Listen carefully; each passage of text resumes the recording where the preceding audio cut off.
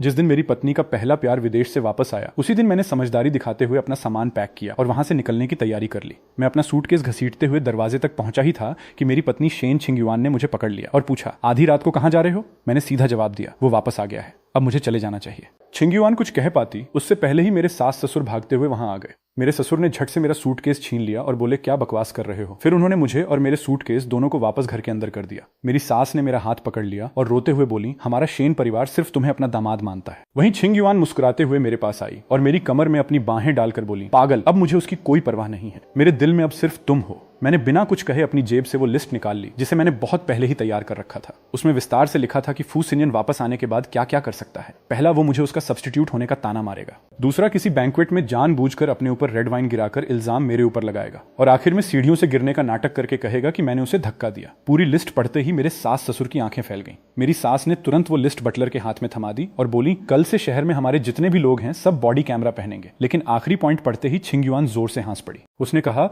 अगर उस समय तुमने मेरा ध्यान खींचने के लिए यही तरीका इस्तेमाल नहीं किया होता तो शायद मैं सिनियन को इतनी जल्दी भूल भी नहीं पाती। चिंता मत करो, वो अच्छा इंसान है, तुम्हें नुकसान नहीं पहुंचाएगा। लेकिन फू सिनियन ने मुझसे मिलते ही जो पहली बात कही, उसने वहां मौजूद सभी लोगों को चुप करा दिया। उसने मुझे देखते हुए कहा, तो तुम लिंगझाओ हो छोटे भाई, तुम सच में काफी हद तक मेरे जैसे दिखते हो। छिंगयुआन, पिछले कुछ सालों में तुम ठीक रही हो? पूरा परिवार एकदम शांत हो गया। मैंने बेबसी से कंधे उचकाए और आंखों ही आंखों में सबको इशारा किया, देखा, मैंने पहले ही कहा था। लेकिन मेरी उम्मीद के बिल्कुल उलट फू सिनियन ने अचानक अपना लहजा बदल दिया। वो मुस्कुराते हुए मेरे पास आया और हल्के से मेरे कंधे पर हाथ रखकर बोला, गलत मत समझना लिंगझो। मेरा मतलब है कि छिंगयुआन बहुत खुशकिस्मत है कि उसे तुम्हारे जैसा बेहतरीन पति मिला। तुम दोनों सच में एक दूसरे के लिए बने हो। उसकी आंखों और आवाज में इतनी सच्चाई थी कि मैं कुछ पल के लिए खुद ही उलझ गया। ये क्या हो रहा है? ये पहला प्यार तो मेरे बनाए प्लान के हिसाब से चल ही नहीं रहा था। छिंगयुआन ने धीरे से मेरी बांह पकड़ ली और मुस्कुराकर कहा, देखा, मैंने कहा था ना कि तुम बेकार में इतना सोच रहे हो। सिनियन अच्छा इंसान है, वो तुम्हारे लिए मुश्किलें खड़ी नहीं करेगा। मेरे सास ससुर ने भी राहत की सांस ली। मेरी सास ने मेरा हाथ थपथपाते हुए कहा, लिंगझो, तुम कुछ ज्यादा ही सोचते हो, रिलैक्स करो। हमारा शेन परिवार सिर्फ तुम्हें अपना दामाद मानता है। बैंक्वेट के बीच में मैंने थोड़ा दिमाग शांत करने के लिए रेस्टरूम जाने का बहाना बनाया, लेकिन हॉलवे में पहुंचते ही मेरा सामना छिंगयुआन के जूनियर शियान से हो गया, जो हमेशा से मुझसे चिढ़ता था। इस बार उसने अपनी आंखों की जलन छिपाने की कोशिश भी नहीं की। वो ताना मारते हुए बोला, अरे ये तो हमारे सब्स्टिट्यूट हस्बैंड है। अब जब असली इंसान वापस आ गया है तो तुम्हें यहाँ टिके रहने में शर्म नहीं आती? अगर मैं तुम्हारी जगह होता तो कब का अपना सामान पैक करके निकल चुका होता। मैंने उसे ठंडी नजर से देखा और कहा, तुम्हें मेरे रहने या जाने की इतनी चिंता क्यों है? कहीं ऐसा तो नहीं कि तुम इस बात से जलते हो कि शादी छिंगयुआन ने मुझसे की है? शियान का चेहरा तुरंत लाल पड़ गया। उसने दांत भींचकर कहा, शिये लिंगझो, बस तुम इंतजार करो।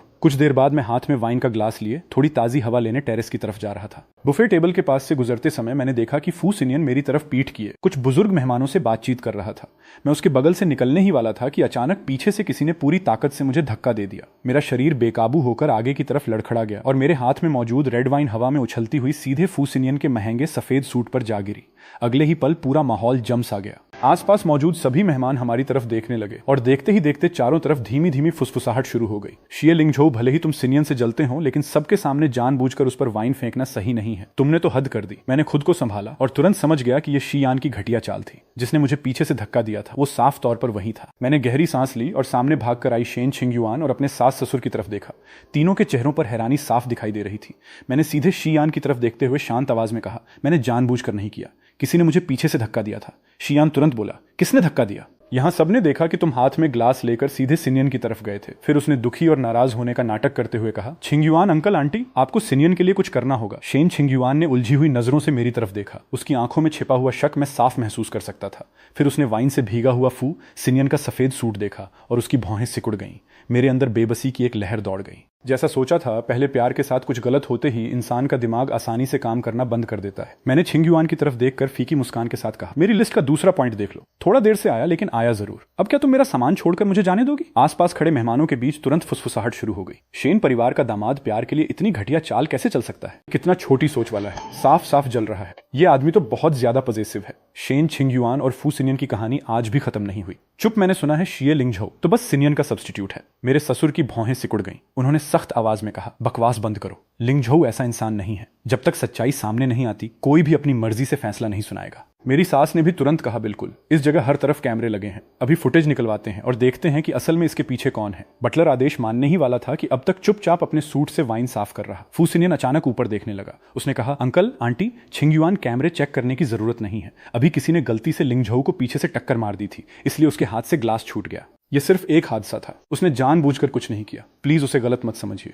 शियान ने अविश्वास से उसकी तरफ देखा। सिनियन, लेकिन फू सिनियन ने उसे वहीं रोक दिया। शियान, सच में यह सिर्फ एक हादसा था। फिर वो मेरी तरफ मुड़ा, उसके चेहरे पर हल्की सी फीकी मुस्कान थी। लिंगझो, कोई बात नहीं, सिर्फ एक सूट ही तो है, इसे दिल पर मत लेना। इतनी आसानी से उसने सच सामने रख दिया और मेरी बेगुनाही साबित कर दी। लेकिन इससे मैं राहत महसूस करने के बजाय उसे और भी कम समझ पा रहा था। फू सिनियन ने मुझे फंसाने का इतना अच्छा मौका आखिर छोड़ क्यों दिया? उल्टा उसने मेरी मदद क्यों की? शेन छिंगयुआन के चेहरे का तनाव तुरंत कम हो गया। वो मेरे पास आई और मेरी बांह पकड़कर बोली, देखा, मैंने कहा था ना कि सिनियन बहुत अच्छा इंसान है, वो तुम्हारे साथ गलत नहीं होने देगा। मैंने फू सिनियन को देखा, जिसे एक सर्वर उसके सूट पर लगे दाग साफ करवाने के लिए लेकर जा रहा था। फिर मेरी नजर शियान पर गई, जिसका चेहरा कभी लाल तो कभी सफेद पड़ रहा था, लेकिन मुझे बिल्कुल भी राहत महसूस नहीं हुई। पिछली बार की तरह इस बार भी फू सिनियन ने सच बोलकर मेरा बचाव किया था और अब वो मेरे सास ससुर समेत लगभग सभी का भरोसा जीत चुका था। उस रात सोने से पहले मेरी पत्नी ने मुझसे कहा, अब तो तुम्हें यकीन हो गया ना? मैंने पहले ही कहा था कि सिनियन वैसा इंसान नहीं है, लेकिन मैं बस चुपचाप छत को घूरता रहा। जब घर में सभी सो गए तो मैंने अपना नोटबुक निकाला और 5वें पॉइंट के सामने एक छोटा सा टिक लगा दिया। हर कोई फू सिनियन का बचाव करने लगेगा और आखिर में बेवजह शक करने वाला मैं बन जाऊंगा। अगले कुछ दिनों में फू सिनियन शेन परिवार के घर का नियमित मेहमान बन गया। वो हर सुबह ठीक 9 बजे पहुंच जाता। कभी मेरे ससुर की पसंदीदा मिंगचियान लॉन्गजिंग टी लेकर आता, तो कभी मेरी सास की पसंदीदा इंपॉर्टेड फ्लोरल टी।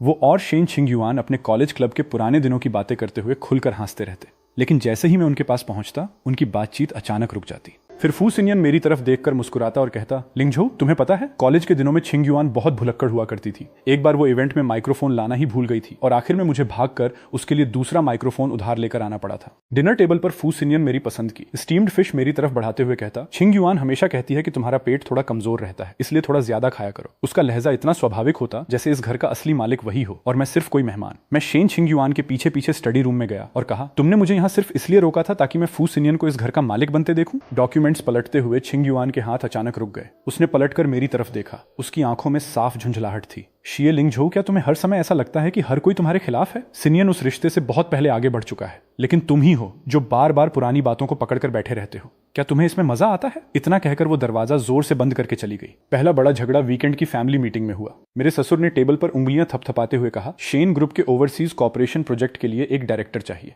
उसी समय फू सिनियन फ्रूट प्लेट लेकर अंदर आया और बिल्कुल सहज अंदाज में बोला, पिछली बार लंदन में मेरी उस कंसोर्टियम के एशिया पैसिफिक डायरेक्टर से मुलाकात हुई थी। उसने बताया था कि वह काम करने के लिए किसी ऐसी टीम की तलाश में है जिससे वो पहले से परिचित हो। मेरे ससुर की आंखें चमक उठी। उन्होंने मेरी तरफ मुड़कर पूछा, लिंगझो, अगर सिनियन को कंपनी में हमारी मदद करने के लिए शामिल कर लें तो कैसा रहेगा? उसके पास सही एक्सपीरियंस भी है। मैं तुरंत अपनी जगह से खड़ा हो गया। नहीं, इतने इंपॉर्टेंट प्रोजेक्ट में हम किसी बाहरी इंसान को दखल कैसे देने दे सकते हैं? वो लेकिन मेरी बात पूरी होने से पहले ही शेन छिंगयुआन की एक नजर ने मुझे चुप करा दिया। फू सिनियन की आंखें तुरंत लाल हो गईं। उसने धीमी आवाज में कहा, अंकल, शायद मैंने अपनी हद पार कर दी। मैंने बस देखा कि छिंगयुआन पिछले कुछ दिनों से काम की वजह से ठीक से सो भी नहीं पा रही, इसलिए सोचा उसकी थोड़ी मदद कर दूं। आखिर पहले भी वो जानबूझकर अपनी बात अधूरी छोड़कर चुप हो गया, जैसे उसके साथ बहुत बड़ा अन्याय हो गया हो। तुरंत आवाजें मेरी तरफ आने लगी। शिये लिंगझो, सिनियन एक प्रोफेशनल है और इस परिवार की भलाई की बात है। तुम इतने छोटी सोच वाले और जलने वाले कब से हो गए? लिंगझो, सिनियन सिर्फ मदद करना चाहता है, हर बात में उसका गलत इरादा मत ढूंढो। मैंने कमरे में मौजूद सभी लोगों की तरफ देखा। हर नजर धीरे धीरे फू सिनियन की तरफ झुक चुकी थी। उस रात मैंने अपनी लिस्ट में 2 और पॉइंट जोड़ दिए। मदद करने के बहाने कंपनी के अंदर घुसने की कोशिश करेगा और खुद को बेचारा दिखाकर लोगों की राय अपने पक्ष में करने में माहिर है, लेकिन अब इससे कोई फर्क नहीं पड़ता था। मैंने पहले ही फैसला कर लिया था कि मुझे यहां से जाना है। फू सिनियन आखिर कौन सा खेल खेल रहा था? अब उसका मुझसे कोई लेना देना नहीं था। अगले ही दिन एक चीख ने पूरे घर को जगा दिया। मेरी सास घबराई हुई लिविंग रूम में आई और बोली कि उनके परिवार में 3 पीढ़ियों से चली आ रही कीमती इंपीरियल ग्रीन जेड पेंडेंट उनके ज्वेलरी बॉक्स से गायब हो गई है। पूरे घर की तलाशी शुरू हो गई। स्टोरेज रूम से लेकर गैराज और यहां तक कि नैनी के कमरे तक की तलाशी ली गई। आखिर में शेन छिंगयुआन के असिस्टेंट को वो पेंडेंट मेरे लेदर बैग की अंदरूनी लेयर में मिला। इतना ही नहीं, उसमें मेरे छोटे बालों में से एक बाल भी उलझा हुआ था। देखने में ऐसा लग रहा था जैसे मुझे रंगे हाथों पकड़ लिया गया हो। कितनी घटिया और सीधी फ्रेमिंग थी। मैंने सोचा भी नहीं था कि जिस समय मैं ये घर छोड़ने वाला था, ठीक उसी समय मेरे साथ ऐसा कुछ होगा। शेन छिंगयुआन ने उस पेंडेंट को इतनी कसकर पकड़ रखा था कि उसकी उंगलियों के जोड़ सफेद पड़ गए। वो मुझे ऐसे देख रही थी जैसे मैं कोई अजनबी हूं। लिंगझो, अगर तुम्हें ज्वेलरी चाहिए थी तो मैं तुम्हारे लिए खरीद सकती थी। तुमने मॉम की फैमिली हेirloom क्यों चुराई? ये उनके दहेज की सबसे कीमती चीज है। मैंने तुरंत कहा, मैंने इसे नहीं चुराया, किसी ने जानबूझकर इसे मेरे बैग में रखा है। कल दोपहर फू सिनियन मेरे कमरे में आया था, लेकिन मेरी बात सुनते ही छिंगयुआन पीछे हट गई और मुझसे दूरी बनाते हुए बोली, सिनियन कल पूरी दोपहर नीचे मॉम के साथ फूल अरेंज कर रहा था। सबने उसे देखा है। लिंगझो, क्या तुम उस पर झूठे इल्जाम लगाना बंद कर सकते हो? मैंने उसकी आंखों में अपने लिए मौजूद शक देखा, फिर अपने सास ससुर के चेहरों पर निराशा। ऐसा लगा जैसे किसी ने मेरे दिल में बर्फ की नुकीली कील उतार दी हो। तभी फू सिनियन मेरी सांस को सहारा देते हुए आगे आया और बोला, अंकल आंटी, छिंग युआन, परसों मुझे लगा था कि मैंने लिंग झोऊ को आंटी के ज्वेलरी रूम के बाहर कुछ देर घूमते देखा था। शायद उस समय उससे बस कोई गलती हो गई हो, प्लीज उसे ज्यादा दोष मत दीजिए। मेरे ससुर ने गुस्से में टेबल पर इतनी जोर से हाथ मारा कि चाय के कप तक हिल गए। वो चिल्लाए, शिये लिंग झोऊ, हमारे शेन परिवार ने तुम्हारे खाने पहनने में कभी कोई कमी नहीं रखी और तुमने इतनी शर्मनाक हरकत कर दी। मैंने कहा, मॉम डैड, आपने पूरे घर में रिकॉर्डिंग कैमरे लगवाए थे ना, बस फुटेज चेक कर लीजिए। मैं लगातार फू सिनियन को घूर रहा था। मुझे लगा था उसके चेहरे पर कम से कम थोड़ी घबराहट तो दिखाई देगी, लेकिन वो पूरी तरह शांत खड़ा था। शेन छिंग युआन गुस्से में बोली, अब और क्या चेक करना बाकी है? इस घर में अगर किसी के मन में गंदगी है तो वो तुम हो। हमेशा शक करते रहते हो, जैसे पूरी दुनिया तुम्हारे खिलाफ साजिश कर रही हो, सिर्फ इसलिए कि मॉम ने सिनियन की तारीफ कर दी। तुमने उनका जेड पेंडेंट चुरा लिया। शिये लिंग झोऊ, तुमने मुझे सच में बहुत निराश किया है। जब किसी ने पहले ही तुम्हें दोषी मान लिया हो तो हर चीज उसके लिए तुम्हारे खिलाफ सबूत बन जाती है। अब मैं चाहे जितनी सफाई देता, कोई फायदा नहीं था। इसलिए मैंने हार मानते हुए कहा, ठीक है, मैंने ही लिया था। मैं अपने कमरे में वापस गया, अपना सामान उठाया और तय कर लिया कि अब इस घर में एक पल भी नहीं रुकूंगा। मैं सूटकेस घसीटते हुए दरवाजे तक पहुंचा ही था कि शेन छिंग युआन और फू सिनियन मेरे पीछे आ गए। छिंग युआन ने मेरा सूटकेस पकड़ लिया और आदेश देने वाले लहजे में कहा, फिर से वही सब मत शुरू करो, जाने से पहले अपनी बात साफ करके जाओ। मैंने उसका हाथ हटाया और कुछ कहने ही वाला था कि अचानक चौराहे की तरफ से एक बेकाबू कार तेज रफ्तार में हमारी ओर आ गई। ब्रेक की तेज चीख हवा में गूंज उठी। अफरा तफरी के बीच फू सिनियन ने तुरंत शेन छिंग युआन को पकड़कर सड़क के किनारे धकेल दिया और दोनों लुढ़कते हुए दूसरी तरफ जा गिरे। वहीं उस टक्कर के झटके से मैं भी नीचे गिर पड़ा और मेरे घुटने से तेजी से खून बहने लगा। शेन छिंग युआन उठते ही सीधे फू सिनियन के पास भागी। जब उसने सिनियन के सीने के पास से खून निकलते देखा तो उसकी आंखें लाल हो गईं। फिर वो पलटकर मेरी तरफ देखने लगी। उसकी आंखों में मेरे लिए गुस्सा और नफरत साफ दिखाई दे रही थी। वो चिल्लाई, ये सब तुम्हारी वजह से हुआ है। अगर तुम घर छोड़ने का तमाशा नहीं कर रहे होते तो ये सब कभी नहीं होता। अगर सिनियन को कुछ हुआ तो मैं तुम्हें कभी माफ नहीं करूंगी। कुछ ही देर में सायरन बजाती हुई एम्बुलेंस वहां पहुंच गई। फू सिनियन को एम्बुलेंस में ले जाते समय उसने कमजोर आवाज में कहा, मेरा ब्लड ग्रुप बहुत रेयर है, पता नहीं मैचिंग ब्लड मिलेगा भी या नहीं। ये सुनते ही शेन छिंग युआन ने मेरी कलाई पकड़ ली और कहा, हॉस्पिटल चलो और सिनियन के लिए ब्लड डोनेट करो। मैंने तुरंत मना कर दिया, मैं नहीं जा रहा, उसका मामला मुझसे जुड़ा नहीं है। छिंग युआन ने मेरे कंधे को पकड़ लिया और मुझे एम्बुलेंस की तरफ खींचने लगी। तभी मेरी सास दौड़कर आई, मेरा हाथ पकड़कर ठंडे लहजे में बोली, हमारे शेन परिवार ने तुम्हारे साथ कभी बुरा नहीं किया, तुम बस सिनियन के लिए ब्लड डोनेट कर दो, बदले में मॉम वो जेड पेंडेंट तुम्हें दे देंगी और पहले जो कुछ हुआ हम सब भूल जाएंगे। एहसान के नाम पर दबाव डालना यही तो हो रहा था। जिस चीज की चोरी का झूठा इल्जाम लगाकर मुझे अपमानित किया गया था, अब उसी चीज का लालच देकर मुझसे फू सिनियन के लिए ब्लड मांगा जा रहा था। मुझे बस ये सब बेहद बेतुका और निराशाजनक लगा। पता नहीं कब मेरे ससुर भी वहां पहुंच गए थे। उन्होंने गुस्से में कहा, तुम्हें अब भी अकड़ दिखानी है? सिनियन ने छिंग युआन की जान बचाई है, उसके लिए थोड़ा सा ब्लड डोनेट करने में तुम्हारा क्या चला जाएगा? अगर तुमने मना किया तो मैं अभी तुम्हारा और छिंग युआन का रिश्ता खत्म करवाकर तुम्हें इस घर से खाली हाथ निकाल दूंगा। जब शेन छिंग युआन ने देखा कि मैं फिर भी तैयार नहीं हूं तो उसने 2 बॉडीगार्ड्स को बुला लिया। मैं खुद को छुड़ाने की कोशिश करते हुए चिल्लाया, मुझे छोड़ो शेन छिंग युआन, मुझे जाने दो। क्या तुम्हें मेरी लिस्ट का आखिरी पॉइंट याद नहीं है? कोई जितना मासूम दिखाई देता है जरूरी नहीं कि अंदर से भी उतना ही मासूम हो। शेन छिंग युआन एक पल के लिए रुक गई। उसकी आंखों में थोड़ी झिझक दिखाई दी, लेकिन अगले ही पल उसने नजरें झुका ली और हाथ के इशारे से बॉडीगार्ड्स को मुझे गाड़ी में ले जाने को कह दिया। हॉस्पिटल पहुंचने के बाद जब नर्स नीडल लेकर मेरी तरफ बढ़ी तो उसकी ठंडी नोक को देखते ही मेरे पूरे शरीर में सिहरन दौड़ गई। तभी धुंधली सी हालत में मैंने देखा कि फू सिनियन को मेरे बगल वाले बेड पर लाया गया। फिर उसकी धीमी आवाज मेरे कानों में पड़ी, क्या तुम्हें पता है कि मैं विदेश क्यों गया था? और याद है जब हम पहली बार मिले थे तो मैंने कहा था कि हम दोनों एक दूसरे जैसे दिखते हैं? उसकी बात सुनते ही मेरा दिल जोर से धड़क उठा। तभी शेन छिंग युआन की सेक्रेटरी अचानक घबराकर चिल्लाई, बुरी खबर है मिस शेन, हमारा ओवरसीज प्रोजेक्ट, उसकी कोर टेक्नोलॉजी और शुरुआती सभी चैनल रिसोर्सेज को अभी अभी एक शेल कंपनी ने पूरी तरह अपने कंट्रोल में ले लिया है। उसकी बात सुनते ही छिंग युआन की नजर तुरंत मेरी तरफ गई। उसकी आंखों में अब भी मेरे लिए शक और झिझक बाकी थी। मैंने होठों पर फीकी सी मुस्कान खींची। अब तो मेरे अंदर उसका मजाक उड़ाने तक की ताकत नहीं बची थी। इतना सब होने के बाद भी उसे मुझ पर शक था। शेन छिंग युआन लगभग चीखते हुए बोली, इन्वेस्टिगेट करो, पता लगाओ उस शेल कंपनी का लीगल रिप्रेजेंटेटिव कौन है और उसके पीछे असल में कौन है। गुस्से से उसके माथे की नसें तक उभर आई थी। वो प्रोजेक्ट अगले कई सालों के लिए शेन ग्रुप की सबसे बड़ी स्ट्रैटेजी का हिस्सा था। अगर वो बर्बाद हो जाता तो उसका नुकसान बहुत बड़ा होने वाला था। सेक्रेटरी कांपती हुई आवाज में एक व्यक्ति का नाम और कंपनी की रजिस्ट्रेशन डिटेल्स बताने लगी। नाम बिल्कुल अनजान था, लेकिन उस शेल कंपनी का रजिस्टर्ड एड्रेस और उससे जुड़े कई अकाउंट्स के ट्रांजैक्शन ट्रेसेस धीरे धीरे एक ही इंसान की तरफ इशारा कर रहे थे। एक ऐसा इंसान जो हाल ही में शेन ग्रुप की ओवरसीज ब्रांचेस के लगातार संपर्क में था और जिसने उन्हें कई महत्वपूर्ण जानकारियां भी दी थी। पूरा हॉस्पिटल रूम अचानक खामोश हो गया। ऐसा लगा जैसे शेन छिंग युआन के शरीर की सारी ताकत एक ही पल में खत्म हो गई हो। वो लड़खड़ाकर एक कदम पीछे हटी और फिर अविश्वास से धीरे धीरे अपना सिर घुमाकर बगल वाले हॉस्पिटल बेड पर पड़े आदमी की तरफ देखने लगी। उसका चेहरा पीला था और सीने पर अब भी बैंडेज बंधी हुई थी। वो आदमी था फू सिनियन। छिंग युआन की नजरों से नजर मिलते ही फू सिनियन के चेहरे से उसकी हमेशा वाली नरम मुस्कान गायब हो चुकी थी। न ही अब उसके चेहरे पर वो जानबूझकर दिखाई जाने वाली बेबसी थी। उसकी जगह सिर्फ एक ठंडी और लगभग बेरहम शांति बची थी। छिंग युआन ने अविश्वास से कहा, ये तुम थे शुरू से? ये सब तुम्हारा प्लान था? फू सिनियन हल्के से हंसा। उसकी उस हंसी में बेहिसाब मजाक और सालों की नफरत छिपी हुई थी। शेन छिंग युआन, तुम्हें अब जाकर समझ आया? क्या थोड़ी देर नहीं हो गई? उसने ठंडी नजर से उसे देखते हुए कहा, तुम्हें सच में लगा था कि मैं तुम्हारे साथ अपना पुराना रिश्ता दोबारा शुरू करने के लिए वापस आया हूं, या फिर तुम्हें और मेरे भाई को प्यार करते देखकर खुद को तकलीफ देने आया हूं? भाई? शेन छिंग युआन की आंखें एकदम फैल गईं और उसने झटके से मेरी तरफ देखा। मेरा दिमाग पूरी तरह सुन्न पड़ गया। जिस बेतुके शक को मैं अब तक अपने दिमाग से निकालने की कोशिश कर रहा था वही सच निकला। फू सिनियन की नजर अब मुझ पर आकर टिक गई। उसकी आंखों में इतने मिले जुले भाव थे कि मैं उन्हें समझ ही नहीं पाया। फिर उसने कहा, लिंगझोउ, मेरे छोटे भाई, तुम्हें लगा था कि तुम्हारा मेरे जैसा दिखना सिर्फ एक इत्तेफाक है? नहीं, हमारी रगों में एक ही खून बहता है। तुम हमारे फू परिवार के सबसे छोटे बेटे हो, वही बच्चा जो 20 साल पहले उस एक्सीडेंट में लापता हो गया था। मैंने कुछ बोलने के लिए मुंह खोला, लेकिन मेरे गले से आवाज तक नहीं निकली। ऐसा लग रहा था जैसे मेरे शरीर का सारा खून जम गया हो। शेन छिंग युआन ने घबराकर पूछा, कौन सा फू परिवार? लेकिन शायद अगले ही पल उसे खुद कुछ याद आ गया, क्योंकि उसका चेहरा और भी ज्यादा खराब हो गया। फू सिनियन की आवाज अचानक ऊंची हो गई। अब उसके हर शब्द में सालों से दबा हुआ गुस्सा और नफरत साफ महसूस हो रही थी। और कौन सा फू परिवार? वही फू परिवार जिसे 20 साल पहले तुम्हारे शेन परिवार ने हमारा बिजनेस हड़पने के लिए जानबूझकर करवाए गए एक कार एक्सीडेंट में बर्बाद कर दिया था। उसी एक्सीडेंट में मेरे मॉम और डैड दोनों मारे गए थे। वो शेन छिंग युआन को लगातार घूरता रहा। उसका हर शब्द किसी जहरीले ब्लेड की तरह चुभ रहा था। शेन छिंग युआन, तुम्हें लगा था हमारी पहली मुलाकात सिर्फ एक इत्तेफाक थी? नहीं, वो मेरे पिता के पुराने लोगों द्वारा सालों पहले तैयार किए गए प्लान का पहला कदम था। मैं जानबूझकर तुम्हारे करीब आया, तुम्हारे साथ रिलेशनशिप में आया। ये सब सिर्फ इसलिए ताकि मैं उस समय की सच्चाई तक पहुंच सकूं। वो कुछ पल रुका और फिर बोला, जब मुझे आखिरकार सबूत मिले और पूरी सच्चाई पता चली तो तुम्हें क्या लगा? मैं अचानक तुम्हें छोड़कर विदेश क्यों चला गया? तुम्हें लगा मैं पैसे और स्टेटस के पीछे भाग रहा था?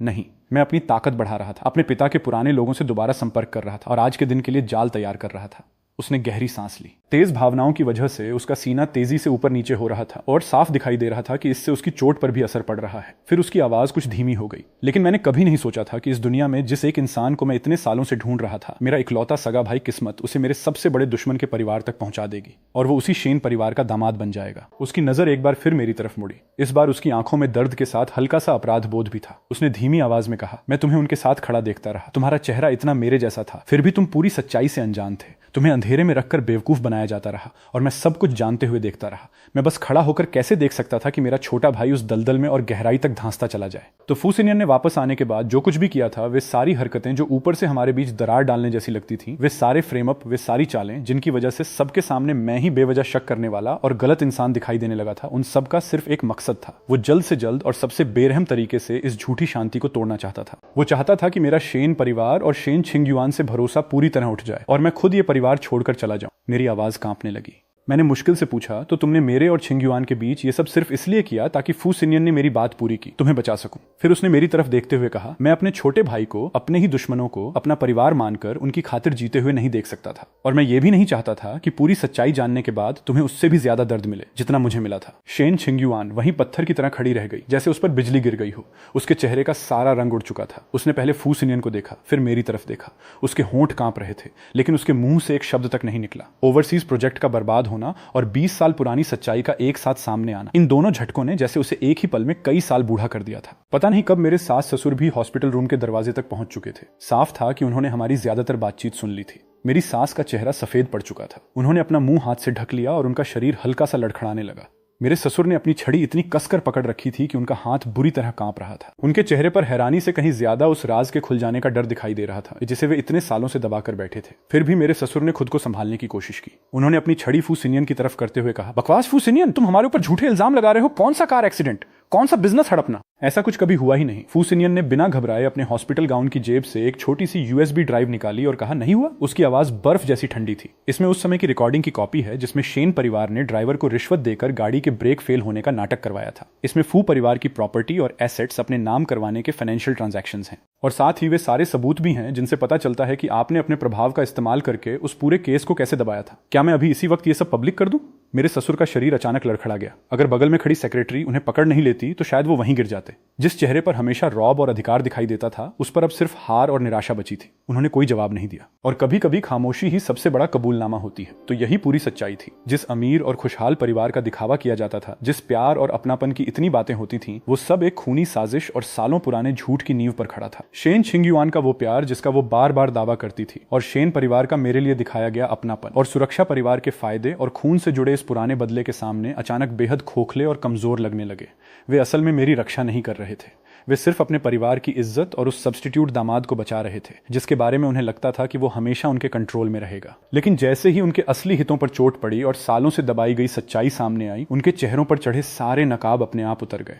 मैंने शेन छिंगयुआन की तरफ देखा, उस औरत की तरफ जिससे मैंने कभी सच में प्यार किया था। इस समय उसके चेहरे पर सदमा, दर्द, अविश्वास और शायद मेरे लिए थोड़ा सा अपराध बोध भी था। शायद था, लेकिन अब बहुत देर हो चुकी थी। मैंने अपनी बाह में लगी नीडल निकाल दी। खून की कुछ बूंदें उभरकर सफेद चादर पर गिर गईं, लेकिन मुझे दर्द तक महसूस नहीं हुआ। घुटने में दर्द और ब्लड लॉस की वजह से शरीर कमजोर था। फिर भी मैं सीधी कमर के साथ खड़ा हो गया। मैंने शेन छिंगयुआन को देखा और बिना किसी भावना के शांत आवाज में कहा, शेन छिंगयुआन। उसने कुछ कहने के लिए मुंह खोला। उसकी आंखों में दर्द और उलझन थी, जैसे वो मुझसे बहुत कुछ कहना चाहती हो, लेकिन आखिर में एक शब्द भी नहीं बोल पाई। मेरी सास आगे बढ़कर मुझे पकड़ना चाहती थी, लेकिन मैं धीरे से उनसे दूर हो गया। उनकी आंखों में मिन्नत और बेबसी थी, लेकिन मैं जानता था कि अब कुछ भी पहले जैसा नहीं हो सकता। मैंने अपने सामान की अंदरूनी लेयर से वो इंपीरियल ग्रीन जेड पेंडेंट निकाला, जो मेरी सास का था। शायद इस पूरी अफरा तफरी के बीच किसी ने उसे दोबारा मेरे बैग में डाल दिया था। मैंने उसे धीरे से बेड साइड टेबल पर रखा और कहा, यह शेन परिवार की चीज है, मैं इसे वापस कर रहा हूं। फिर मैंने अपने बड़े भाई फू सिनियन की तरफ देखा। उसकी आंखों में मेरे लिए चिंता और उम्मीद दोनों थी। मैंने उससे बस इतना कहा, मुझे थोड़ा वक्त चाहिए। लेकिन मैं अच्छी तरह जानता था कि अब मैं यहां और नहीं रुकूंगा।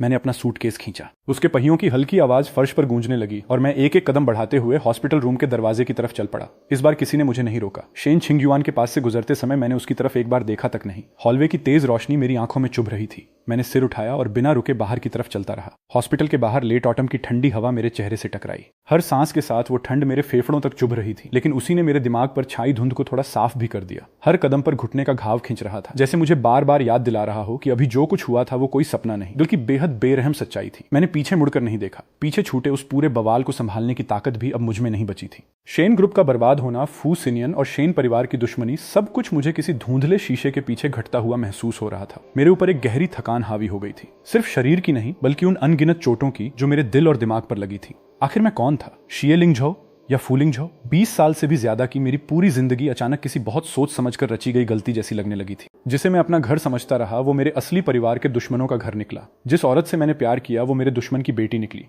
और जिस आदमी को मैं अपना राइवल समझता रहा, वो मेरा अपना सगा बड़ा भाई निकला, जो मुझे बचाने के लिए इतने समय से पर्दे के पीछे चालें चलता रहा था। कितना अजीब मजाक था मेरी जिंदगी भी। तभी एक काली सेडान बिना आवाज किए मेरे सामने आकर रुकी। खिड़की नीचे हुई और अंदर एक अनजान आदमी दिखाई दिया। उसका चेहरा थोड़ा सख्त था, लेकिन उसकी आंखों में मेरे लिए सम्मान था। उसने कहा, सेकंड यंग मास्टर, मिस्टर फू ने मुझे आपको आराम करने के लिए एक जगह ले जाने भेजा है। सेकंड यंग मास्टर, ये सुनकर मैं कुछ पल के लिए रुक गया। ये पहचान अभी भी मेरे लिए बिल्कुल नई थी। मैंने थोड़ी देर सोचा, लेकिन आखिर में मना नहीं किया। इस समय मेरे पास न पैसे थे और न जाने के लिए कोई जगह। ऐसा लग रहा था कि फिलहाल मुझे सहारा देने वाला एकमात्र इंसान मेरा वही नया मिला, बेहद चालाक और हर कदम बहुत पहले से सोचकर चलने वाला बड़ा भाई था। गाड़ी हॉस्पिटल से निकलकर शहर के ट्रैफिक में मिल गई। मैं सीट पर पीछे सिर टिकाकर खिड़की से बाहर देखता रहा। बाहर नियॉन लाइट्स धुंधली होती हुई तेजी से पीछे छूट रही थी। जो सड़कें कभी मुझे इतनी जानी पहचानी लगती थीं, आज वही अजनबी और ठंडी महसूस हो रही थी। ये शहर जिसे कभी मैंने शेन परिवार की वजह से अपना घर माना था, अब मेरे लिए सिर्फ दिल टूटने की जगह और बुरे सपनों की जड़ बन चुका था। मेरी जेब में रखा फोन लगातार वाइब्रेट हो रहा था। मुझे देखने की भी जरूरत नहीं थी। मैं जानता था कि कॉल या मैसेज शेन छिंगयुआन या मेरे सास ससुर की तरफ से ही होंगे। मैंने बिना कुछ देखे फोन पूरी तरह बंद कर दिया, जैसे उसी के साथ अपने अतीत से जुड़ा आखिरी धागा भी काट दिया हो। आखिरकार गाड़ी एक बेहद प्राइवेट और हाई एंड अपार्टमेंट बिल्डिंग के सामने जाकर रुकी। ड्राइवर मुझे अंदर ले गया और ऊपर अपार्टमेंट तक पहुंचा दिया। अपार्टमेंट बहुत बड़ा था और उसकी सजावट बेहद शानदार थी, लेकिन उसके अंदर एक अजीब सी ठंडक और खालीपन महसूस हो रहा था। मैंने अपना सामान नीचे रखा और फ्लोर टू सीलिंग विंडो के सामने जाकर खड़ा हो गया। नीचे पूरे शहर की चमकती हुई रोशनियां दिखाई दे रही थीं, लेकिन मेरे अंदर सिर्फ खालीपन और उदासी थी। मेरा शरीर बुरी तरह थक चुका था, मगर दिमाग पहले से कहीं ज्यादा साफ था। पिछले कुछ महीनों की सारी घटनाएं एक एक करके मेरी आंखों के सामने घूमने लगीं। वो लिस्ट जिसे मैंने खुद का मजाक उड़ाते हुए और सावधानी के लिए लिखा था, उसका लगभग हर कदम मेरे भाई की कैलकुलेशन के अंदर था। वो मुझे नुकसान नहीं पहुंचा रहा था। उसने बस ये बेहद कठोर तरीका चुना था ताकि मैं अपनी आंखों से देख सकूं कि शेन छिंगयुआन और शेन परिवार पर भरोसा नहीं किया जा सकता, ताकि मैं खुद उनसे उम्मीद छोड़ दूं। और वो कामयाब हो चुका था। मैंने सच में उनसे पूरी तरह उम्मीद छोड़ दी थी। पता नहीं कितना समय बीत गया, तभी दरवाजे के इलेक्ट्रॉनिक लॉक के खुलने की आवाज आई। मैंने पलटकर देखा तो फू सिनियन अंदर आ रहा था। उसने हॉस्पिटल गाउन बदलकर एक साफ सुथरा ब्लैक सूट पहन लिया था। उसका चेहरा अब भी थोड़ा पीला था, लेकिन उसकी आंखें बेहद तेज थीं और उसके पूरे व्यक्तित्व में एक मजबूत दबदबा था। वो उस कमजोर और बेबस पहले प्यार से बिल्कुल अलग दिखाई दे रहा था, जिसका नाटक उसने शेन परिवार के सामने किया था। उसने उलझी हुई नजरों से मुझे देखा और पूछा, अब कैसा महसूस कर रहे हो? तुम्हारी चोट अभी भी दर्द कर रही है? मैंने बस सिर हिला दिया और कुछ नहीं कहा। उसके लिए मेरी भावनाएं भी उतनी ही उलझी हुई थीं। वो मेरा बड़ा भाई था, मेरा अपना खून, लेकिन वही वो इंसान भी था जिसने पर्दे के पीछे से मेरी पूरी जिंदगी उलट पुलट कर रख दी थी। क्या मैं उसका शुक्रगुजार था? हाँ, क्योंकि उसने मुझे झूठ से बाहर निकाला था। क्या मुझे उससे नाराजगी थी? हाँ, क्योंकि उसने सच्चाई दिखाने के लिए बेहद बेरहम तरीका चुना था। फू सिनियन ने कहा, यह जगह सुरक्षित है, फिलहाल यहीं रहो। किसी चीज की जरूरत हो तो मेरे असिस्टेंट को बता देना। वो लिकर कैबिनेट के पास गया और शराब के बजाय अपने लिए एक ग्लास पानी डाल लिया। मैंने उसकी तरफ देखते हुए पूछा, अब आगे क्या? तुमने इतने सालों तक ये सब प्लान किया, शेन ग्रुप को गिरा दिया, उसके बाद? फू सिनियन पलटा और लिकर कैबिनेट से टिककर शांत नजरों से मुझे देखने लगा। इसके बाद लीगल प्रोसीडिंग्स शुरू होंगी। मेरे पास जितने सबूत हैं वे शेन परिवार के उन दोनों बूढ़े लोमड़ियों को उनके किए की कीमत चुकाने के लिए काफी हैं। शेन ग्रुप पूरी तरह बैंकरप्ट न भी हुआ तो भी उसे इतना बड़ा झटका लगेगा कि वो दोबारा पहले जैसी हालत में नहीं लौट पाएगा। यही वो कीमत है जो उन्हें फू परिवार को चुकानी है। वो बेहद शांति से बोल रहा था, लेकिन उस शांति के नीचे 20 साल से दबा हुआ गुस्सा और नफरत मैं साफ महसूस कर सकता था। मैंने उसकी आंखों में देखते हुए पूछा, और मेरा क्या? वो चुप रहा। मैंने आगे कहा, तुमने सब कुछ प्लान किया था, मुझे शेन छिंगयुआन की असलियत दिखाना, मुझे उस परिवार से दूर करना, यहां तक कि मुझे वहां से निकलने पर मजबूर करना। अब तुम्हारी इच्छा के मुताबिक वो सब हो चुका है, तो आगे क्या? तुम्हारे प्लान में अब तुम्हारे इस छोटे भाई की क्या जगह है? फू सिनियन कुछ पल के लिए रुक गया। शायद उसे उम्मीद नहीं थी कि मैं इतनी सीधे उससे ये सवाल पूछूंगा। वो मेरे पास आया और मेरे कंधे पर हाथ रखने की कोशिश की, लेकिन मैं सहज ही एक कदम पीछे हट गया। उसका हाथ हवा में ही रुक गया और उसकी आंखों की चमक हल्की सी फीकी पड़ गई। उसने धीमी आवाज में कहा, लिंगझो, मुझे पता है कि अभी तुम्हारे लिए ये सब स्वीकार करना बहुत मुश्किल है। मैंने सबसे खराब तरीका चुना, लेकिन मेरे पास दूसरा रास्ता नहीं था। मैंने शेन छिंगयुआन को तुम्हारे साथ रहते हुए देखा है। हो सकता है उसके दिल में तुम्हारे लिए कुछ सच्ची भावनाएं रही हों, लेकिन परिवार के फायदे और सालों से उसके अंदर बैठी सोच के सामने वे भावनाएं बेहद कमजोर थीं। खुद देखो उसने तुम्हारे साथ क्या किया। उसने तुम पर शक किया, तुम पर इल्जाम लगाए और आखिर में मेरे लिए तुम्हें जबरदस्ती ब्लड डोनेट करने तक ले गई।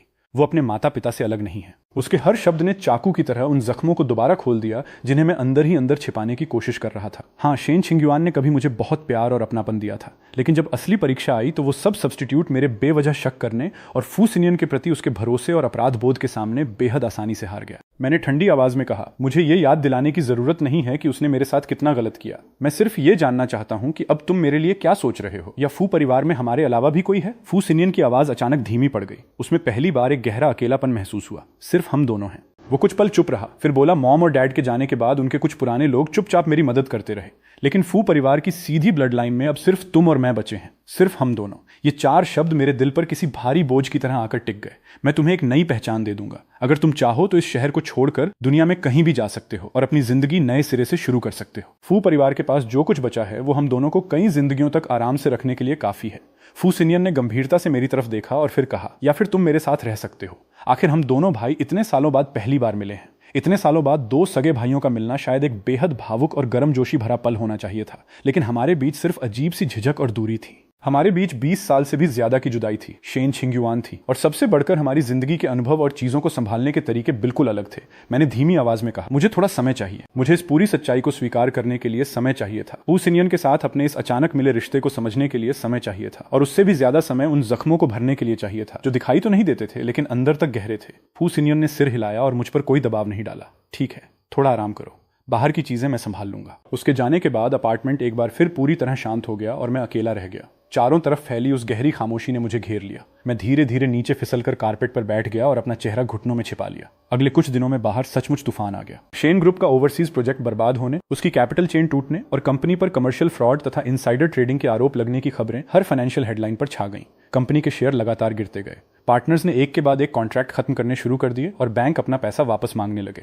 फू सिनियन द्वारा दिए गए सबूत ऐसे थे जैसे उसने पहले से सही जगहों पर बम लगा रखे हों, जो अब लीगल और फाइनेंशियल दोनों मोर्चों पर एक एक करके फट रहे थे। मेरे ससुर को इन्वेस्टिगेशन के लिए ले जाया गया। मेरी सास बीमार पड़ गई और पूरा शेन परिवार अफरा तफरी में डूब गया। मुझे ये सब ऑनलाइन न्यूज़ और कभी कभी फू सिनियन से मिलने वाली जानकारी से पता चलता था। मैं अब किसी बाहरी इंसान की तरह चुपचाप उस परिवार को टूटते हुए देख रहा था जो कभी इतना ताकतवर और घमंडी हुआ करता था। शेन छिंगयुआन ने मुझसे संपर्क करने की अनगिनत कोशिशें की, कॉल्स, मैसेज, यहाँ तक कि वो खुद अपार्टमेंट बिल्डिंग तक भी आई, लेकिन फू सिनियन के लोगों ने उसे अंदर नहीं आने दिया। मैंने सुना कि वो बहुत कमजोर और थकी हुई दिखने लगी थी। वो अपने परिवार के बिजनेस को बचाने के लिए हर तरफ भाग रही थी, लेकिन अब गिरावट को रोकना लगभग नामुमकिन था। एक बार मैं पर्दे के पीछे खड़ा था और मैंने उसे बिल्डिंग के गेट के बाहर रोके जाते देखा। कभी शेन परिवार की रौबदार बेटी रही, वो महिला अब सिर्फ बेबसी और टूटन से घिरी दिखाई दे रही थी। मेरे दिल में एक पल के लिए हल्की सी टीस उठी, लेकिन अगले ही पल उससे कहीं गहरा सुन्नपन उस एहसास पर हावी हो गया। हमारे बीच अब सिर्फ एक टूटा हुआ रिश्ता नहीं था, हमारे बीच खून का पुराना बदला, सालों का धोखा और बार बार किसी दूसरे को मुझसे ऊपर चुनना खड़ा था। अब वापस लौटने का कोई रास्ता नहीं बचा था। फू सिनियन बहुत बिजी रहता था, फिर भी वो हर दिन मुझसे मिलने के लिए समय निकालता।